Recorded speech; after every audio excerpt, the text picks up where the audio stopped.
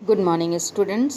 मैं शशि रतन आज आप लोगों को 11th क्लास की पाठ्य पुस्तिका अंतरा भाग 1 से अमरकांत के द्वारा रचित कहानी दोपहर का भोजन पढ़ाऊंगी।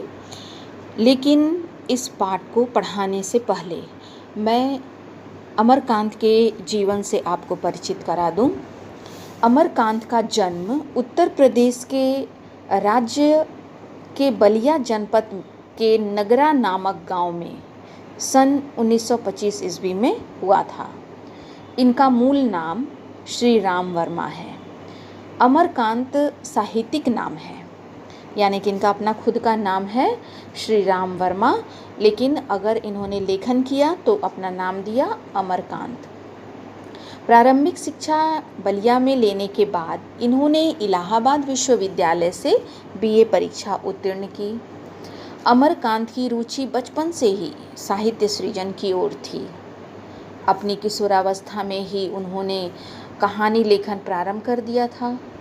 इन्होंने छात्र जीवन में स्वाधीनता संग्राम में भी भाग लिया था। अपनी जीविका के लिए ये आगरा के से प्रकाशित होने वाले दैनिक पत्र सैनिक के संपादकीय विभाग में कार्य करने लगे।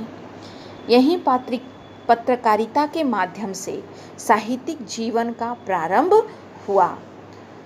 इस मध्य ये प्रगतिशील लेखक संघ से भी संबंध रखने लगे और इनकी कुछ कहानियाँ उस मासिक पत्रिका में छपने भी लगी, जैसे डिप्टी कलेक्टरी। अमरकांत की कुछ प्रमुख रचनाएं हैं जिंदगी और जोंक, देश के लोग, मौत का नगर, मित्र मिलन, कुहासा, ये सारे इनके कहानी संग्रह रहे हैं। सूखा पत्ता, ग्राम सेविका, काले उजले दिन, सुखजीवी, बीच की दीवार, इन्हीं हथियारों से इन्होंने, ये सारे उपन्यास थे और उन्होंने कुछ बाल साहित्य भी लिखे हैं। आज हम इनका लिखा जो पाठ पढ़ने जा रहे हैं वो है दोपहर का भोजन।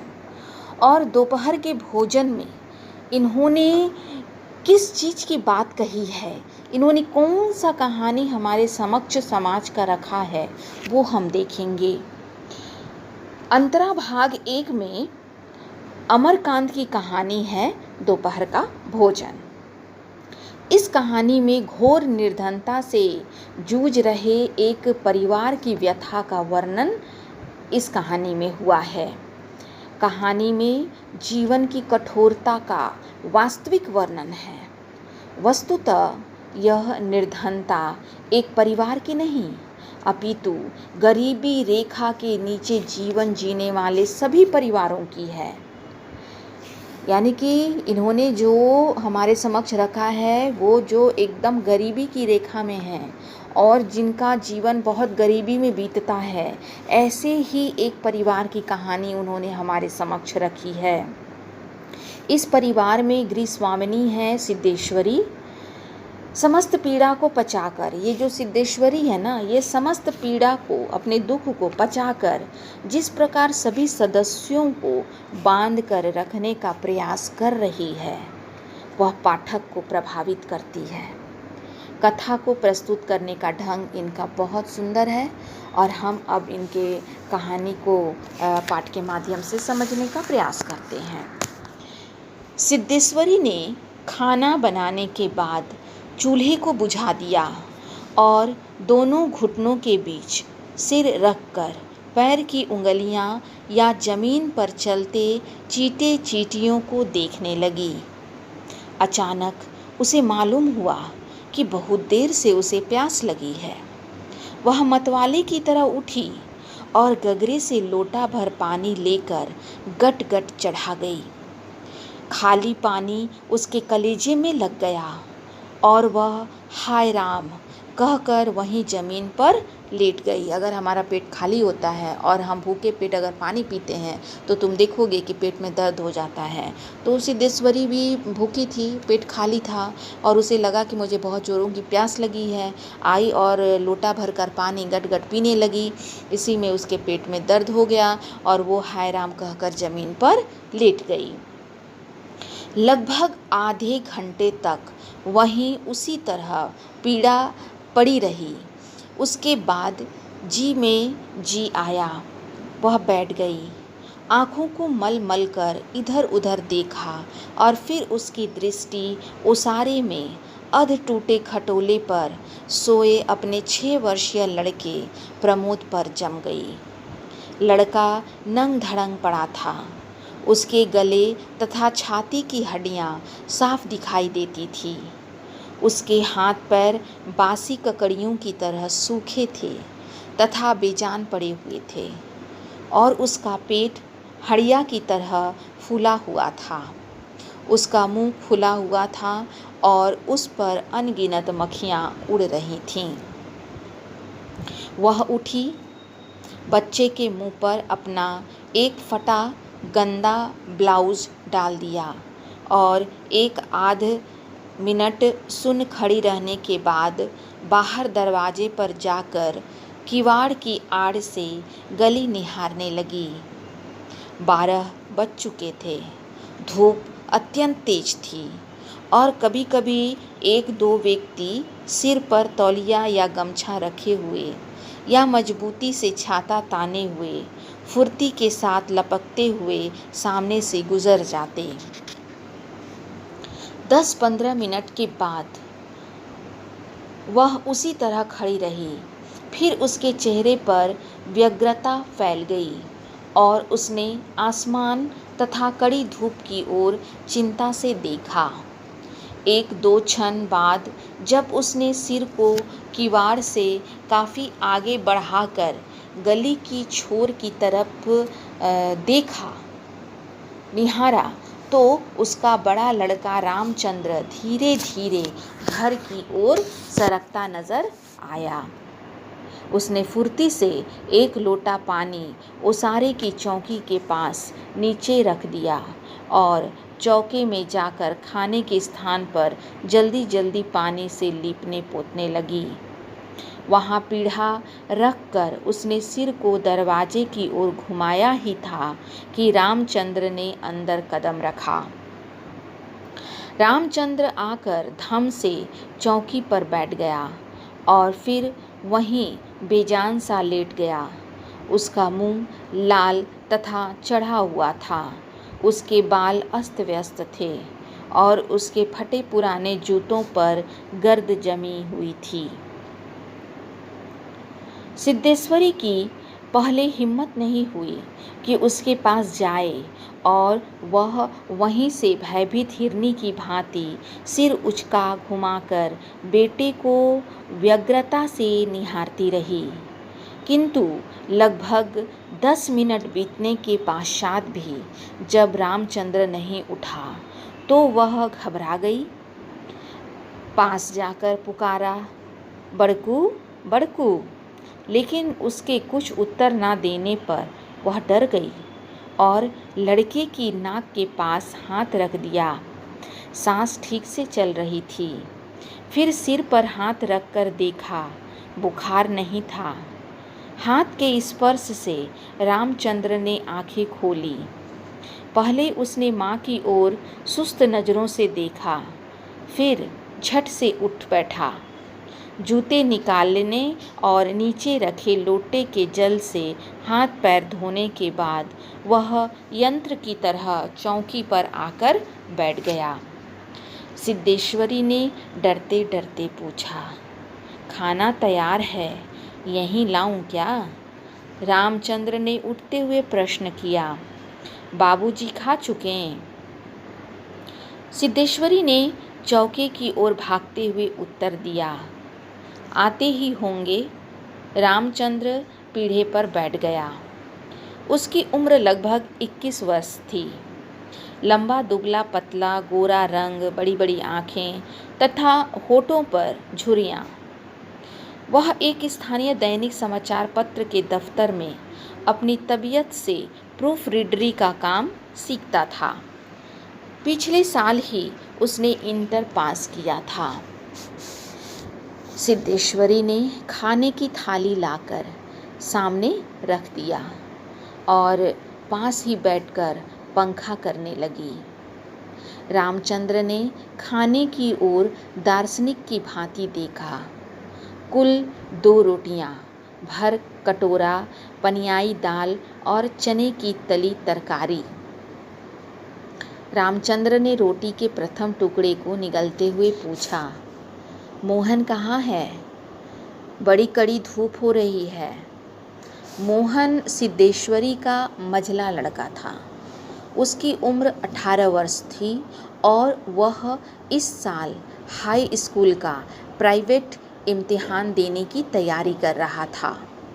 वह ना मालूम कब से घर से गायब था और सिद्धेश्वरी को स्वयं पता नहीं था कि वह कहाँ गया है। किंतु सच बोलने की उसकी तबीयत नहीं हुई और उसने झूठ मूठ कहा, किसी लड़के के यहाँ पढ़ने गया है, आता ही होगा। दिमाग उसका बड़ा तेज है और उसकी तबीयत 24 घंटे पढ़ने में ही लगी रहती है। हमेशा उसी की बात करता रहता है। रामचंद्र ने कुछ नहीं कहा। एक टुकड़ा मुंह में रखकर भरा गिलास पानी पी गया, फिर खाने में लग गया। वह काफ़ी छोटे छोटे टुकड़े तोड़ तोड़ कर उन्हें धीरे धीरे चबा रहा था। सिद्धेश्वरी भय तथा आतंक से अपने बेटे को एकटक निहार रही थी। कुछ क्षण बीतने के बाद डरते डरते उसने पूछा, वहाँ कुछ हुआ क्या? रामचंद्र ने अपनी बड़ी बड़ी भावहीन आँखों से अपनी माँ को देखा, फिर नीचा सिर करके कुछ रुखाई से बोला, समय आने पर सब ठीक हो जाएगा। सिद्धेश्वरी चुप रही। धूप और तेज हो गई थी। छोटे आंगन के ऊपर आसमान में बादल के पास 1-2 टुकड़े पाल की नावों की तरह तैर रहे थे। बाहर की गली से गुजरते हुए खड़खड़िया इक्के की आवाज़ आ रही थी और खटोले पर सोए बालक की सांस खर खर शब्द सुनाई दे रहा था। रामचंद्र ने अचानक चुप्पी को भंग करते हुए पूछा, प्रमोद खा चुका? सिद्धेश्वरी ने प्रमोद की ओर देखते हुए उदास स्वर में उत्तर दिया, हाँ खा चुका है। रोया तो नहीं था? सिद्धेश्वरी फिर झूठ बोल गई, आज तो सचमुच नहीं रोया। वह बड़ा ही होशियार हो गया है। कहता था बड़का भैया के यहाँ जाऊँगा, ऐसा लड़का। पर वह आगे कुछ न बोल सकी और उसके गले में कुछ अटक गया। कल प्रमोद ने रेवड़ी खाने की जिद पकड़ ली थी और उसके लिए 1.5 घंटे तक रोने के बाद सोया था। रामचंद्र ने कुछ आश्चर्य के साथ अपनी माँ की ओर देखा और फिर नीचा सिर करके तेजी से खाने लगा।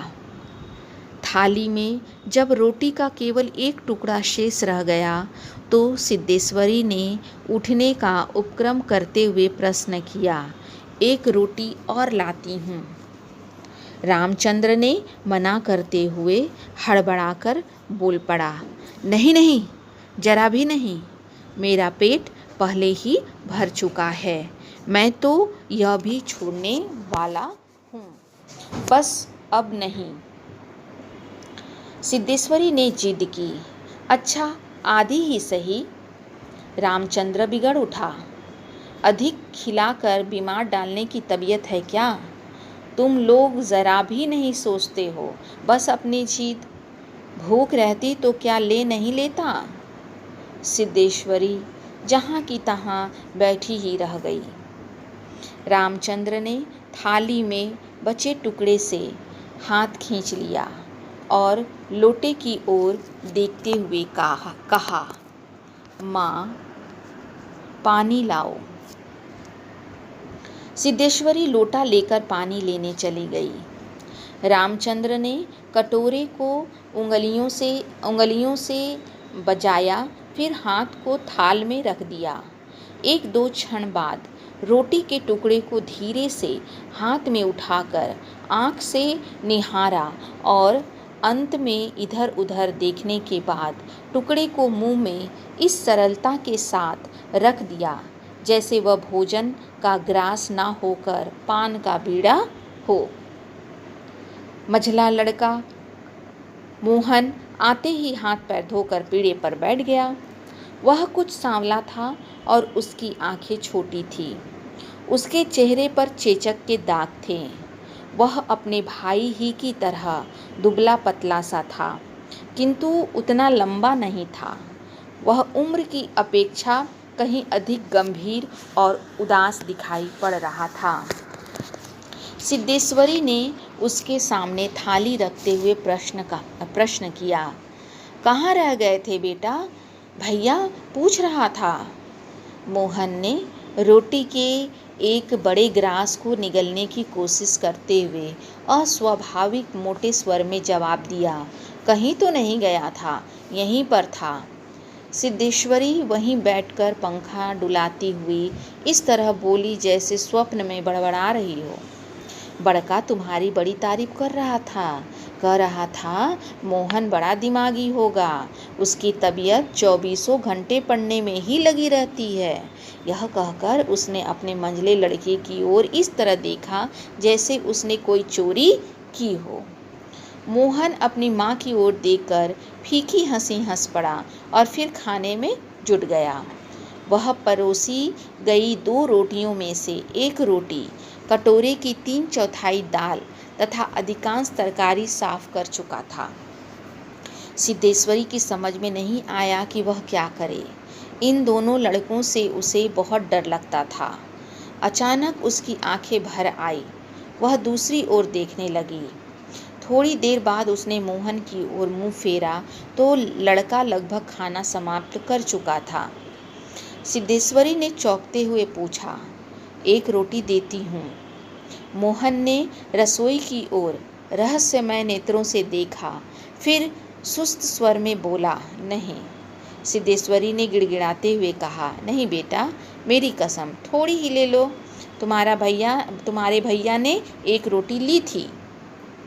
मोहन ने अपनी माँ की ओर गौर से देखा, फिर धीरे धीरे इस तरह उत्तर दिया जैसे कोई शिक्षक अपने शिष्य को समझाता है, नहीं रे, बस अव्वल तो अब भूख नहीं, फिर रोटियां तूने ऐसी बनाई कि खाई नहीं जाती, ना मालूम कैसी लग रही है। खैर, अगर तू चाहती ही है तो कटोरे में थोड़ी दाल दे दे, दाल बड़ी अच्छी बनी है। सिद्धेश्वरी से कुछ कहते ना बना और उसने कटोरे को दाल से भर दिया। मोहन कटोरे को मुंह में लगाकर सुड़ सुड़ पी ही रहा था कि मुंशी चंद्रिका प्रसाद जूतों की खसखस घसीटते हुए आए और राम का नाम लेकर चौकी पर बैठ गए। तो बच्चों, आज हम लोग इसके आधे भाग को ही पढ़ेंगे। अगला पार्ट का वीडियो मैं दूसरे वीडियो में दूंगी। मैं इतना बताना चाहूँगी कि ये गरीबी की वो दास्तान है जहाँ पर एक वक्त की रोटी भी बहुत मुश्किल से नसीब होती है। और सिद्धेश्वरी एक ऐसी ही महिला है जो अपने बातों से अपने परिवार को बांध कर रखना चाहती है। तभी वो कहती है, बड़कू तुम्हारी बड़ाई कर रहा था। तो इस तरह से देख रही है कि घर में खाना नहीं है, फिर भी वो लोगों से, अपने बच्चों से पूछती है। तो ये पाठ हमें बहुत कुछ सिखाता है। अगले वीडियो में हम इसको कंटिन्यू करेंगे। तब तक के लिए हमें इजाज़त दीजिए। धन्यवाद।